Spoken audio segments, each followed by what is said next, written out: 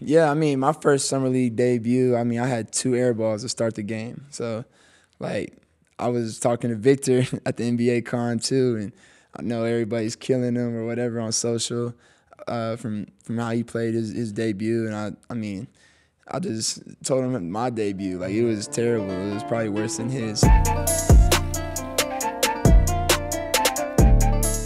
What's up, y'all?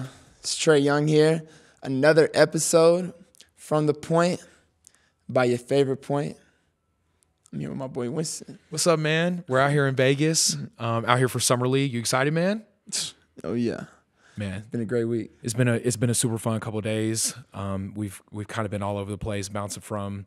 I know we hit up NBA Con. We've obviously watched the Hawks play a couple games.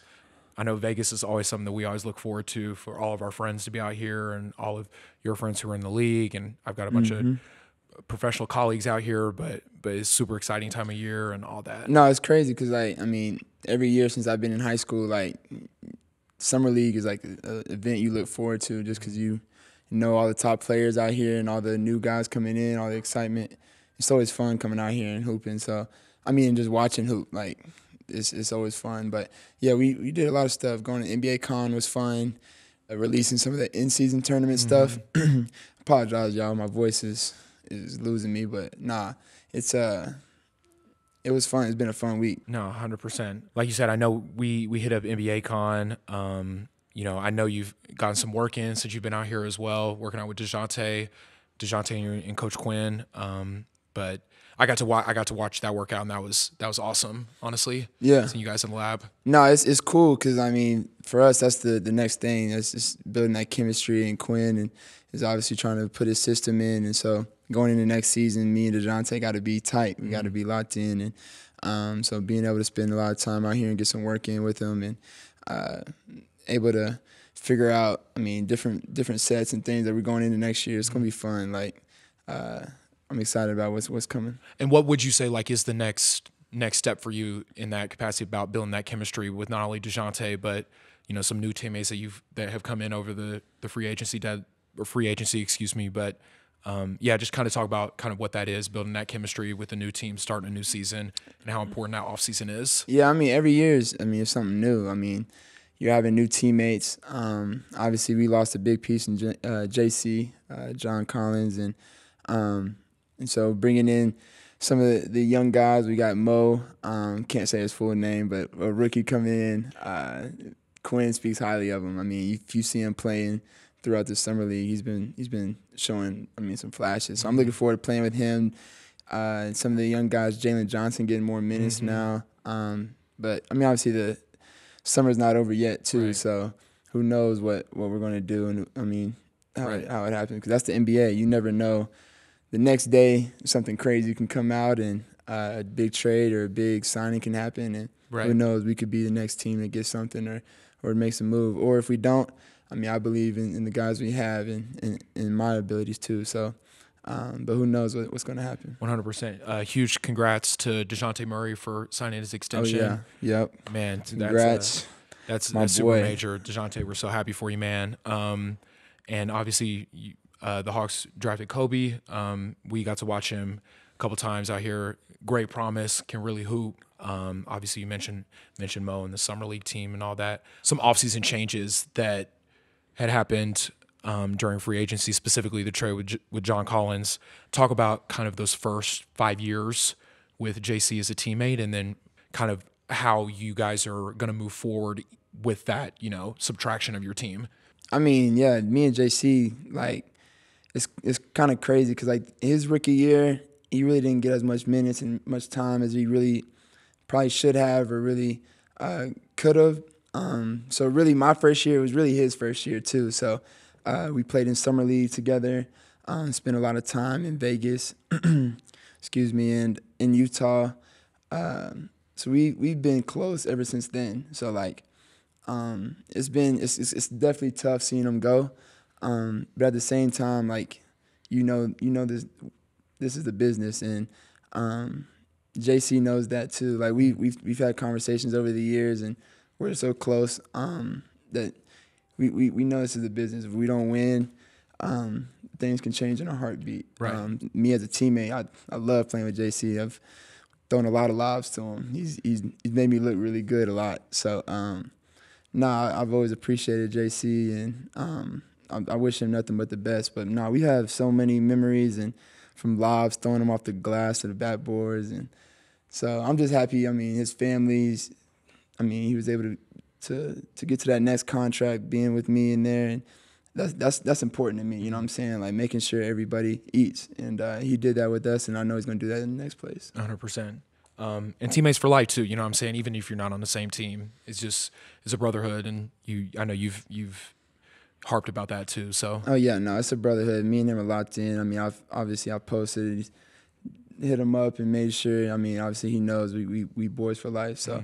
That's what it is. So since you've been out here, you've worked out with Quinn and Dejounte a couple times. How have those workouts been? No, they've been good. We've been, obviously trying to build that connection like I was talking about earlier. Quinn wanted us to get us three, me, him, and Dejounte on the court, just us going through different shots that we're going to get, playing off each other. We want to build that chemistry, and you can tell that Quinn is gonna ride for us, and just make sure that we build that chemistry the right way. So we've been out here getting work in, and waking up early, and getting some shots up and working with them. So I know you mentioned the in-season tournament. That was super exciting to witness at NBA Con about how they were announcing it. Like, what are your first thoughts on it? I know it's kind of a new avenue for everybody to understand, but what are your initial thoughts on it? I mean, for me, I like the idea of the in-season tournament. Like, I mean, it's more hoop for real, and it makes people kind of like to take it. I mean, that's serious. I mean, it's going to be a lot of eyes watching it. It's going to be a big time thing. Obviously, my main goal is win the bigger championship at the end of the year, but it's still something you want to fight for. You want to win. I mean, we're all competitors, so it's cool because. I mean, you see the NBA is just trying to add new excitement and different things. So I don't mind it. To be honest with you, I kind of like it because it kind of gets you prepared for later in the year too if you have a young team like we usually do. So going in there, playing hard and learning, playing in kind of like a playoff setting, even though it's one game elimination in certain times. But it'll be a fun environment, atmosphere, and then the Final Fours in Vegas. It's gonna be a crazy type of experiment. The pool play format that they've done is actually really interesting. I don't know, from my experience at least, it seems like a totally new format for the NBA, but it almost takes you back to like AAU days. I remember when we would play in the Super 64 out here in Vegas. Same principle. It's like pool play, and then all of a sudden it's single elimination, win or go home. Oh yeah, no, it's just like the AAU days, but at a whole nother level. Like. I mean, but I'm looking forward to seeing the type of reactions from everybody, like, and when we play, and what it's going to be like. Because, I mean, a lot of people are going to be watching it for real. I'm super excited for it. It's going to be a great new wave of competitiveness. So, yeah, really looking forward to it. Oh, yeah, it's going to be fun. I'm looking forward to it. So, when they were announcing the in-season tournament, I actually heard somebody say, F you, Trae Young. I like that. Yeah. And Trae, you responded as I like that. I like that. Yeah. What about that environment? It seems like even now to a point, it's like whether you're on the court, off the court, it's just gonna happen. But it's almost a sense of like comedic relief at this point of just it being funny. But it's really funny. Like, I mean, I really don't like it, but. I mean, it says that like what I'm doing is getting under your skin, like, and what I'm really doing is just hooping. Like, I can't help people what they do, but I mean, I just have fun with it. I don't take it personally. Right. Even if someone else does, I don't take it personally back. Right. But no, it was crazy. Like the fans and all of that, there was crazy. Yeah, I did the response was warranted too, just because I know you had said like, oh, whenever you announced you guys were in pool A, yeah, we're winning. Like we're already winning. No, I mean, you know me. That's gonna happen. It is my confidence. So I believe it too. I know you had talked about your first year at Summer League. You and I have had a lot of conversations about kind of what that is. It's your immediate first experience of like what NBA competition is going to be like. Talk about your summer league experience and how that has affected you all the way into your point to this point in your career. Yeah, I mean, my first summer league debut, I mean, I had 2 air balls to start the game. So, like, I was talking to Victor at the NBA con too, and I know everybody's killing him or whatever on social from how he played his debut, and I mean, I just told him my debut, like, it was terrible. It was probably worse than his. So, just like Donovan Mitchell told me whenever we were in Utah and I had those games, like, just to focus on the next one. Like, don't harp on these games in summer league too much. I mean, obviously we're just throwing guys together and you just want to play, but you want to play good for sure. But this isn't the main team that you're going to play for all year. So just making sure you make, like, you understand that it's just summer league right now, and you gotta work on making sure you're ready for the regular season. And yeah, I mean, I just remember Donovan. Like, I was struggling. Like, I remember he showed up to the game, and it was actually July 4th. So I ended up hanging out with him. He came and saw me, and we kind of got to get away and just kind of talk outside of basketball. And sometimes I remember him telling me how, like, when you're having bad moments or bad struggles, like, sometimes you just got to get away and clear your mind, and then you'll come back and get right back to it. And with the NBA season being so long, he told me just to never get too high, never get too low. And it was summer league at the time, but he knew that wasn't going to be my last struggles, but he knew I had, I mean, a bright future too. So I always appreciate, I mean, him being like a big bro for me. Not to call you out or anything, but so I know you had mentioned your tough start a little bit. This is your first summer league game. You missed your first 10 shots. You were 1 of 11 from three-point range. Damn. And 4 for 20 from the floor. You guys lost 103 to 88 in your first 4 games. This is summer league. You were 16 of 66, 24% from the field, 6 of 34 from 3, which is rattled off to be 18%. However, in your 5th game, you had 24 points on 7 of 13 shooting from 3 and 5 additional assists. So, I mean, clearly what Donovan and some of the OGs told you about staying ready worked out. But. Yeah.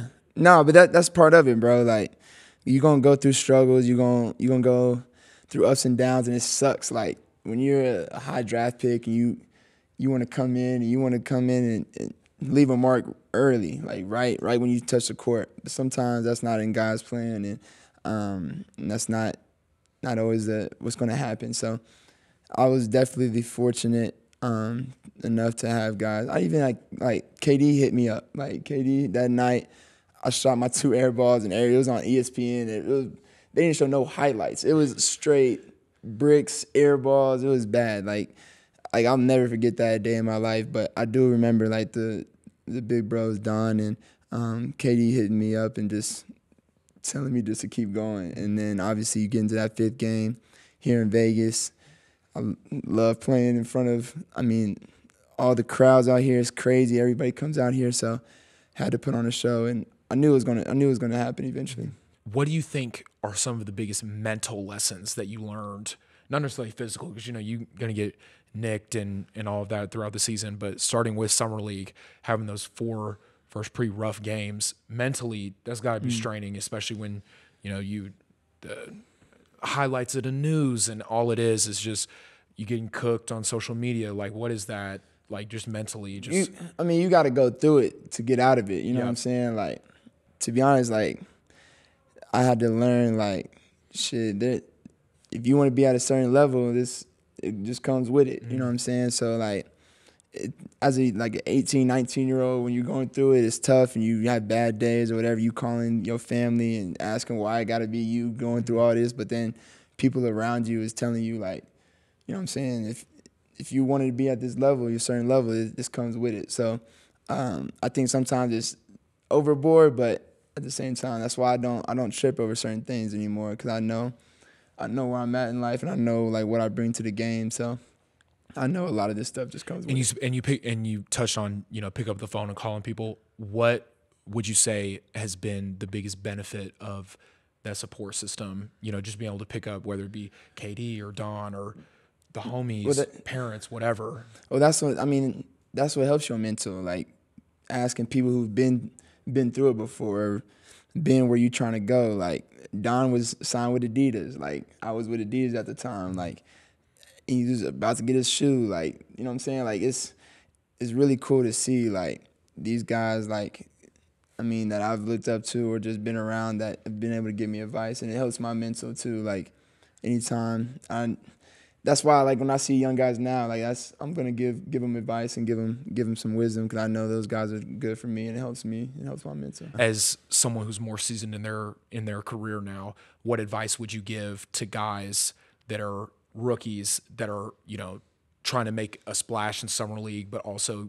make sure that they're showing up for their team and being prepared for the season? The advice I would give to like any young player, I would just take it day by day, like focus on winning the day. Like that's why I continue to tweet another day, another opportunity, because I focus on that day. Like, you know what I'm saying?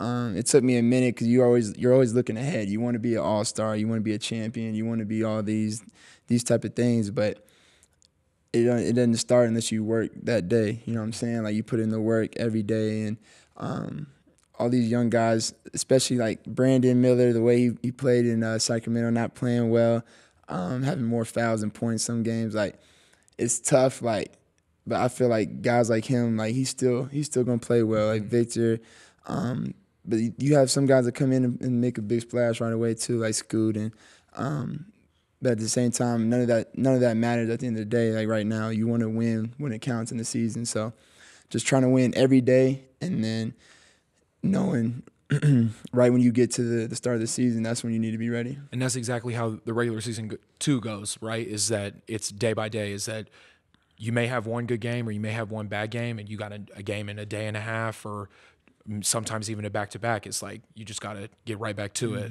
Yeah. And then general thoughts on summer league, just kind of how the game itself is structured. If you were to, be the commissioner tomorrow, like, would you keep summer league the way that it is? Would you switch up the format? You like the way Vegas is run, where it's all 30 teams and you competing for some? Man, Warren, the dude who runs summer league is, obviously, greatest dude. It's crazy out here, so I don't think there's too much I would change, just because it's crazy, and it's a lot of people come out here just to watch basketball, so it's a big event every year. But I would probably take away all them fouls. Like, you allowed to have 10 fouls. That's one thing too. That would be Warren. That's one thing. Like summer league, they gotta take away all 10 fouls, because everybody's out there fouling and like just being too physical. Like that's why guys can't really have good games, because you just fouling the shit out of the next person. So you just gotta you gotta fight through it. So it's like, and the one thing that was a big difference from summer league to the NBA is because it's not as many fouls. You can't be as aggressive as you can in summer league. So guys that are trying to fight for jobs and fight to get on teams, they're going to dive on the floor. They may bump you not to let you score a layup.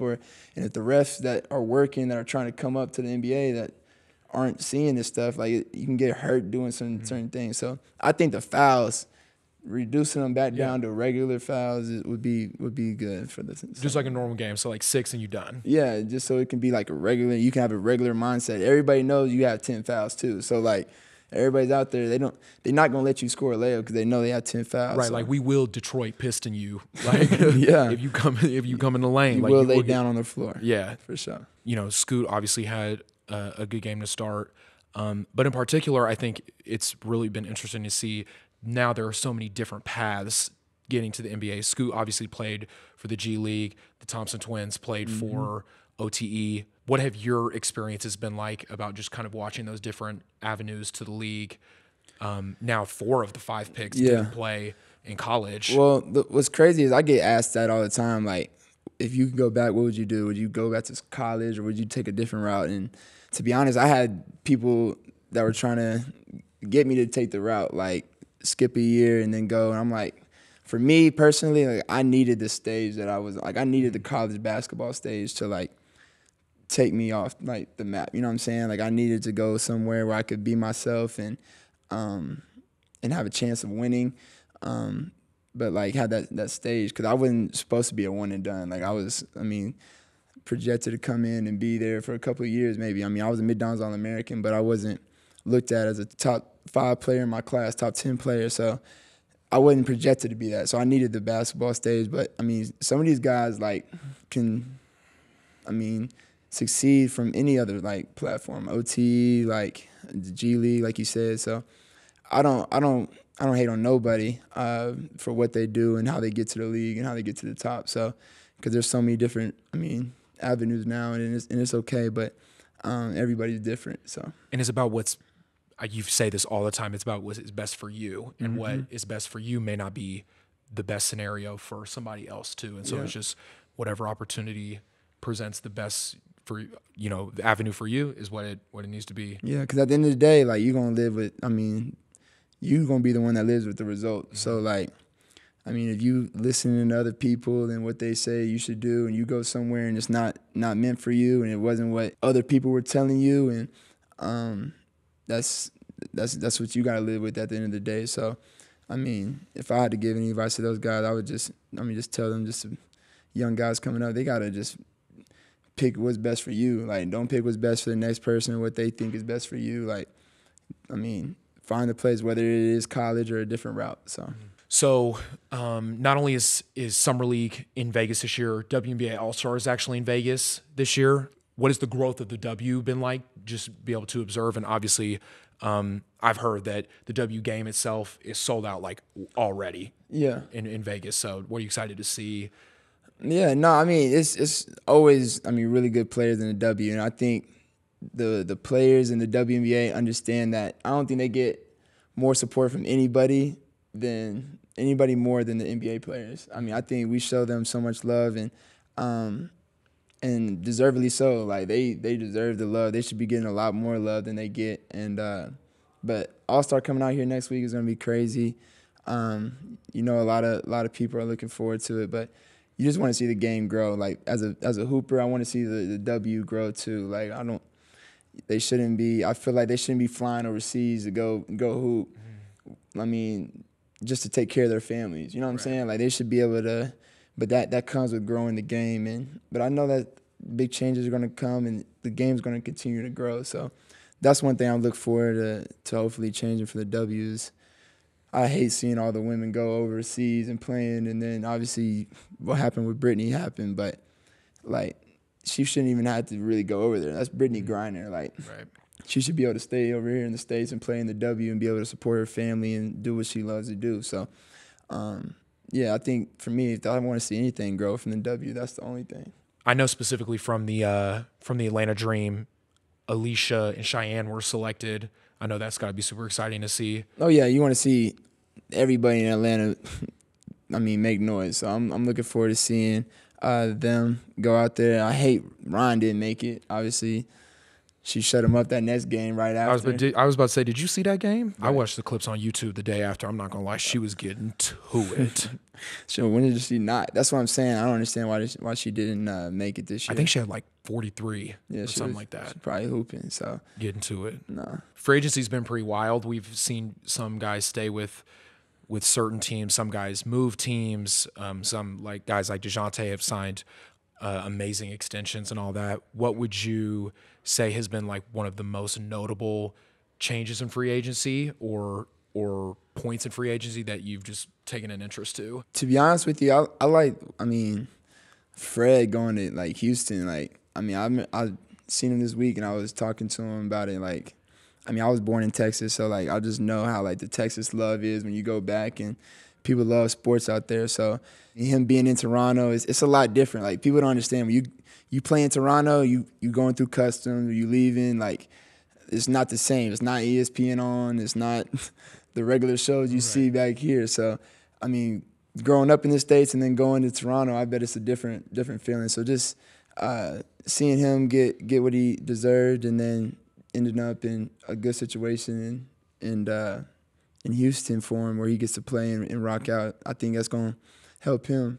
I mean, and help that team for sure. I actually got to meet Fred for the first time. He in his Fred VanVleet and the VanVleet Family Foundation event that he had in Rockford. Man, such a quality dude. Him, Quez, Jay, they're all so amazing. Great dudes. But so I'm so happy for him and that. But Speaking of having fun, we've had some fun out here in Vegas. Speaking of, what's your favorite game, man? By any chance, I know there are a lot of table games play out here in Vegas. I play a little play of everything. I play blackjack. Really been winning on roulette this week, so I like roulette this week. Sticking with roulette I'm gonna stick with roulette for right now until I go back down. I'm gonna start learning how to play craps. That's an easy way to win money. Yeah, craps is a good way to win money. I know it has the best odds of any like table game like that, but I don't know the rules yet. I need somebody to teach me how to play. Spade. I mean, I'm a more card game. I like doing that, but when you're in Vegas, you got to go play. So, I mean, roulette is. I don't like really playing table games, but roulette is cool for me. So. Speaking of card games, there's a game that you've taught me, and we've taught all of our friends. It's called Booberry. Why don't you tell everybody what Booberry is? It's something that a lot of the guys in the NBA play. I was taught a couple years ago from one of my teammates, Lou Will. We'd be playing all the time.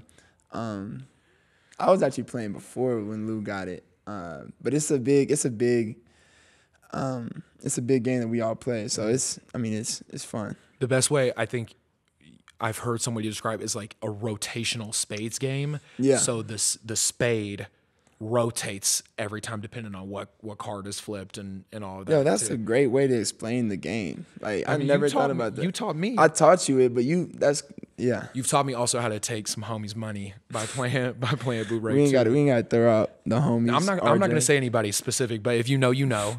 If you know, you know. RJ. Your little brother came out here with us this time and got to experience Summer League with us too. What's that like having him around? You and that professional atmosphere of Summer League, but also away from the game too, just being around him during the summertime when you're away from school and all that. Oh, it's really fun. Like, I mean, sometimes I forget he's still 13. Like, I mean, you around him, you see him, you spend some time with him, and you're like, this kid's not 13, but at all. It's always really cool to see. I mean, see my little brother, be around him. I mean, I always wanted a big bro, but that's why I don't take that for granted, being his big brother. So I just always try to bring him around and bring him with me on whatever I can. So as he gets older, he's going to be around obviously a lot more, and people going to really know his name as he gets older because he can hoop.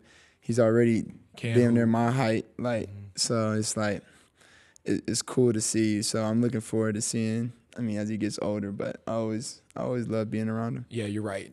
He's definitely one of the most mature 13-year-olds. You'll ever meet. It's like I'm having a conversation with myself at like 18. No, for real. It's crazy to see, bro.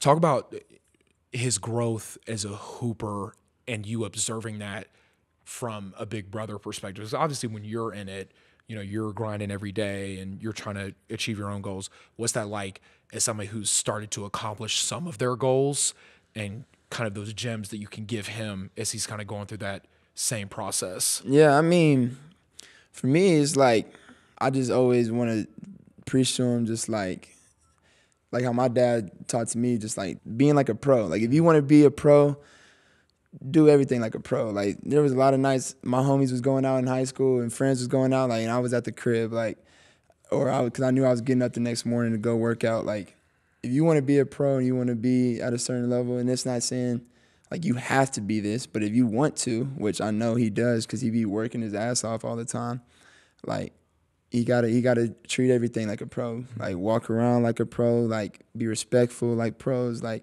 everything. Like it's just be, if that's what you want to be, you got to treat it every day like that is like what you want to be. So that's how I've treated life, and if I could give my little bro that one piece of advice, that's the one thing that sticks with me.